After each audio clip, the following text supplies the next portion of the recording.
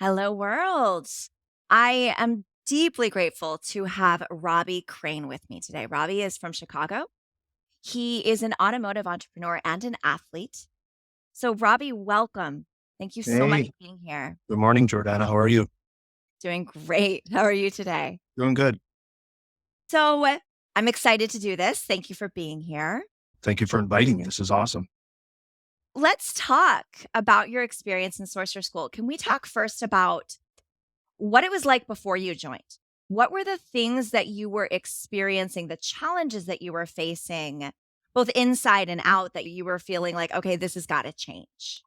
In my personal life and my business life, I had this crunchiness with people. I had problems where I wanted to be liked by people, and I was, but I was projecting something that I didn't realize I was projecting, and people would take me the wrong way, both personally and my personal relationships.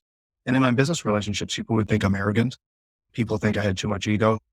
And I was talking too much about myself. And those are things that you may realize.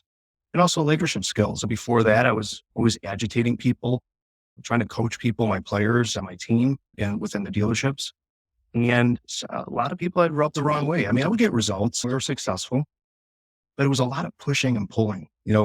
I think it could have been done an easier way. Right. So, I mean, probably one of the main reasons why I had like a spiritual calling to come to you, help me. Thank you for sharing. What were the symptoms like? So you're discussing all these things that now you're aware that people were perceiving you as arrogant or that there was push and pull. What were the symptoms like? What were the things that were going on either inside of you or in your organization and your relationships around you prior to Sorcerer School? Symptoms. I don't know. I just would get into arguments with people. I would want to feel like I was probably bullying.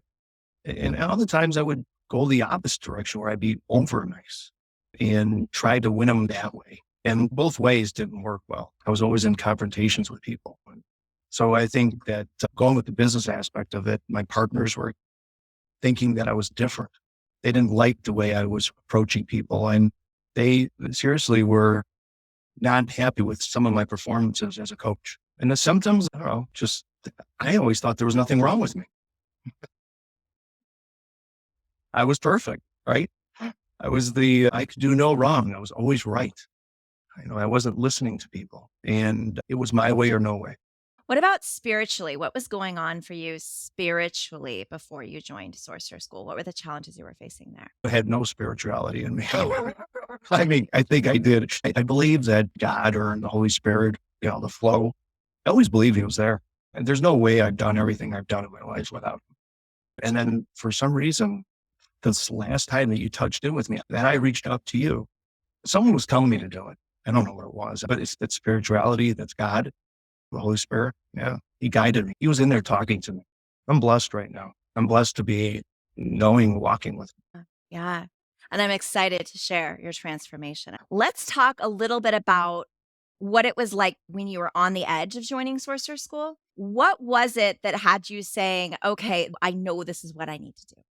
I just knew in my heart I needed to change. I needed to retransform myself. I needed to do an overhaul. The way I was doing it, like I said, I was successful that way, but I knew that there was an easier way to do it. And I knew that I needed purpose. And I didn't know what my purpose was yet. And I was just going with my instincts, spidey senses, gut meter. I was naturally using that. And I never knew that I was using something that you taught. And I think you made me aware of that. My gut told me to join your school. I love it. Was there anything that almost prevented you from joining? Maybe the relationship that I was in was a little toxic. I was afraid to think about what people would think of me, always turning religious, always being very Buddha. I don't know, Zen, but it's an African about it. I just need this for me. I think these last 9 months to a year, I actually took some time to digress and do some me work. I needed it. Yeah. Yeah. Sorcerer School it's a container full of a very diverse group of people. Some of them have been doing spiritual work for decades and others have just begun. For you, what was your experience like when you first started to settle into doing the work that we've done together? I was lost. Oh yeah. I was like, I didn't realize what I jumped into. I'm jumping in the water, no life jacket, no nothing. This is it. So I didn't know terminologies. I didn't know like chakra. I didn't know meditation. I didn't know any of this stuff. So it was a little intimidating at the beginning, but it's nice to be within that container of people that are your professional, your peers, that are diverse, and you get to hear their life experiences. And then you feel like, oh, wow, I'm normal. Everybody's experiencing the same stuff. So let's talk about what has started to change since joining Sorcerer School. All right. What are the So changes that you have seen? I think the first thing you started teaching me was balancing the brain. In the beginning, I thought that was crazy. I said, oh, what is this? Balancing the brain, the tapping and that. It connected me to my body, which I didn't realize that's what it was doing. It was like waking me up. It was like a pre-warm up to like a free exercise, so um, still doing it. And he also taught me some meditation and breath work, which calmed me down. There's this fact, I think I mentioned to you a couple of times. I've got an aura ring that I've been using for about 4 years. I would actually see that I would go in from the breath work and the meditation. I would go into a deep, like a sleep. And I didn't realize after the class, I go back into my thing. I go, oh my God, my heart rate dropped to 51. I said, is she real? And I think one time I even asked you, I said, does meditation make me feel like I'm sleeping? And you said, yeah, you can go away a little bit. So that was good stuff. Helped me calm down. I do some breath work like before I'm preparing for a meeting. I do prayer spiritually. I ask the Holy Spirit or God's energy within me to give me the words or how to handle that situation. And it always works. So it works well. Love it. So, what are some of the results you've seen in your leadership? How is your leadership of your organization and the people on your team different than it was before you joined Sorcerer School? I think a couple of things. Time efficiency helped me a lot. Knowing that you do have enough time. If you manage it well and you stay calm about it and you prepare, it's there. Skill sets in leadership. We all have these skill sets. Some of them, I might be 80%, 85% of my skill sets are strong, maybe in a 8 to 10 level. But then when I'm working with like other individuals, before I would be intimidated by other skill sets of other individuals and I would get like jealous or I don't know, agitated a little bit with those individuals. I think what I've learned to do is I've learned to understand that I'm missing 20% or 15% of these skills and these other people have them. And if I surround these people around me with these 10 skills, then I'm not deficient at all. I'm a whole and the team works better. Also, it made me feel better that sometimes my ego got involved where my ego made me bully people because I was a little threatened by their skill level, even though I'm the owner, but it didn't matter. But as a coach, I think I've learned to manage players better.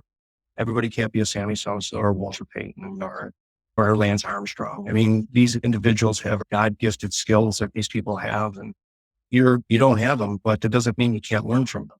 So I think you've helped me to embrace it. I think by transparency with people now, I don't feel that I have to step on eggs around people. I think I have a very soft approach now with talking to people. And I think also when I'm coaching people, it's not my way. Sit them down, do a little one-on-one, let them talk. I think you taught me to use my shush, which quiets my brain down. And if I sit back and I listen to them and let them talk, they got skin in the game. I can validate them. I don't need validation no more. I've earned my stripes. I think it's once they buy into it and it's their idea, then God, it's sky's the limit. And I'd seen huge results where I've gone into teams where these people, they don't have to replace the players. All you have to do is just sit them down, give them some processes, coach them, just make them feel like it's their game and let them take it away. And they know that I'm watching and in a good way. I give them a KPI or I give them some goal setting and we do some one-on-ones and talk. We hit these goals. And even if we fall short, not a big deal. We regroup, we recalibrate, and we just understand that we got to do it again. So yeah, I think my coaching is much better. I think I'm a better mentor. I think that to me, being a mentor is so important in my life, especially now at my age. I think I've got a lot to share with people, and especially in the auto industry. I love it. Yeah. So you have discussed all of these benefits with your team members, right? They have more skin in the game. They are able to really walk inside of their gifts and bring their gifts and wisdom to your organization. And you've just bought this new company. What do you foresee this is going to do for the triple bottom line, both the financial bottom line as well as the human and planetary bottom line of your organization? I think what's going to happen is that I don't really look at the money aspect as much. I know the money's important, it's like the cherry on the sundae. But I think when you really look at the individuals and they're doing their jobs and they're having fun, ultimately, yeah, the bottom line is exponentially going to grow. It's about accomplishing stuff together as a team. I want to help. I want to make sure that I'm going to give them all the resources. Typically, I let them do it themselves. And at the end of the month, it works and we make money. Can we look now at your personal relationships? What has transformed in your personal relationships as a result of the work you've done in Sorcerer School? I think I stopped bragging. I stopped talking too much where I was over talking people. I'm trying to be a big shot. Honestly, it's not important. People don't care. People don't care what you've got. I realized that there was probably trauma within me. You call them containers. I call them boxes. Again, another natural that I did within my life. I always took my boxes. I made sure they didn't spew. But I think you made me realize that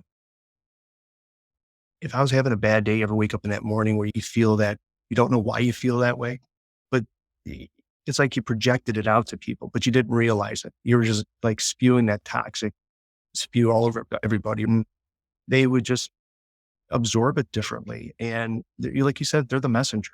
They're the mirror. They're just telling you, hey, you're not right. And whatever you're telling me, it ain't coming across right. And I used to aggravate people. I used to agitate them. When now it's differently. It's like I do sit back and I let them talk. I want to validate their wholeness, their conversation, make them feel important. I want to know more about them now. You talked about love and how you embrace every word with love. And in the beginning, I thought to myself, oh, that's crazy. But then I really thought about it and say, wow, if that's kind of cool, right? I mean, embrace love, all right?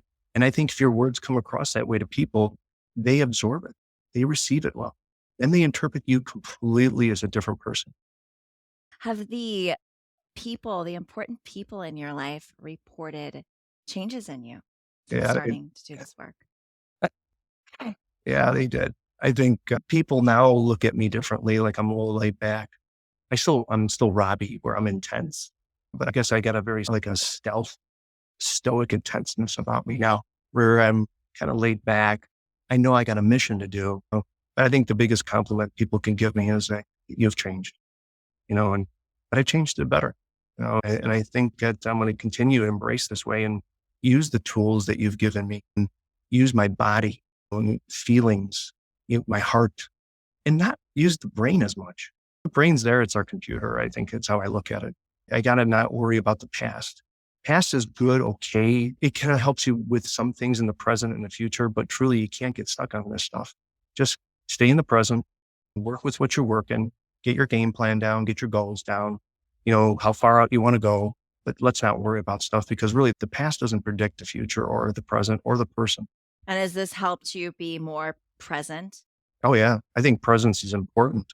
To be present within the day, you become more efficient, right? But you can only control the controllable. The uncontrollables, you just got to leave it in God's hands or within the flow of the universe, the energy, like you say, and just let it go and it'll get done. So, So that brings me to one of my last questions. Your relationship with God or source or the universe. What has changed since joining Sorcerer School? oh, I believe there's something higher than us, something greater than us. Never knew that who God was. I grew up as an Irish Italian Catholic kid in Chicago. I did my CD, my catechism and all that stuff, but I think it was more ritualistic. I didn't realize I was going to tackle two things here. One, leadership, fixing myself personally and relationships, but then all of a sudden I'm walking with God. I go to Bible study now on Tuesday nights with some of my buddies, right? Learn about the Bible. I know there's some people that don't believe in God. You got to be careful across those lines professionally, but at the same time, come on. Yeah, the flow of energy in the universe is there. You feel it. And It depends. But I think if you tap into this flow, I use it like the Google. I'm always like resistant to listen to Google Maps, right? And it always tells you stay on this road. And I'm always the guy that goes, no, I know better. I'm going to go off. I'm going to go through all the neighborhoods. I know the shortcuts. Google always knows better than me. So I'm going to tell you right now, God knows better than me. Oh my gosh, I love it. I love it. Um, Amazing. So, before we wrap up, I would love to know what has been the most shocking or unexpected part of your Sorcerer School journey or the growth that it has brought you? oh, that's a hard one. I think you retransformed me. I'm a new person. I'm not the same Robbie 9 months ago. It improved all personal and business relationships, my leadership skills, my organizational skills. I'm enjoying life. It's like, I just, I don't feel like I'm weighed down. So I don't know. I embraced your class pretty seriously and I absorbed it all. There were times I didn't understand everything, but overall, everything, yeah, literally, I live it every day now. And the first thing I do is I feel my body. And that is the hardest thing to do. I notice that sometimes I can fall back on my brain, worry, getting up in the middle of the night. I go, what am I worrying about? And then I ask for him to calm me down, give me some peace, meditate on it. And then I'm back to normal. Love it. In the times that you didn't consciously understand things, did you still feel a difference or feel some sort of transformation? Yeah, I did. In a weird way, it just happens. I think the best thing I can just say, just go with it. Sometimes things sound hokey, and hokey is probably the best. Just be there, be in the moment. And I think you're going to see that when you're working with all the individuals that are the professionals that you see in your classes, you're going to see that, wow, you can learn a lot from these people. And you can see there's some emotional moments. Some people, we have trauma that we have to get rid of. And I think the biggest part of your class is that understanding that these containers, if you can empty them and you can get rid of them, that your glass not being filled no more, getting it down to half, you can manage your life better. And you don't have to worry. That's what it is. Just get in those boxes and it's going to be scary because you're going to feel things that you don't want to feel. And that's the problem. That's what you're spewing to others. That feeling that's coming out of those boxes, those containers. So empty them. It's the best thing I could tell you. Did it feel safe in the times that emotion came up when we were together in Sorcerer School? Yeah. Did it feel safe for you to Yeah. empty? It's safe. But at the same time, we've been ignoring those emotions for a reason, right? Those feelings, because they can make you cry. They can make you tear up. And sometimes I didn't realize why, like, I'd be talking to people, I would get all emotional about it. Well, because that was something in me. It's still in that box. And my boxes are not all empty. I still have a lot of work to do. And I realize that. And there's always a constant improvement and constantly working with it. So yeah, I'm still work with it. Thank you so much for doing this. Is there anything before we sign off with the rest of the world here with us? Is there anything you'd like to add or share? I will Overall, do say you recommend Sorcerer School and anything else you want to add absolutely. there? I endorse Sorcerer School 1000%. When you get in, just like I said, just jump in the water, let it go. One thing about Jordanna is that she's going to read your mind and soul. You're going to be surprised that sometimes when you don't think that she's looking or thinking about something, she knows what's going on.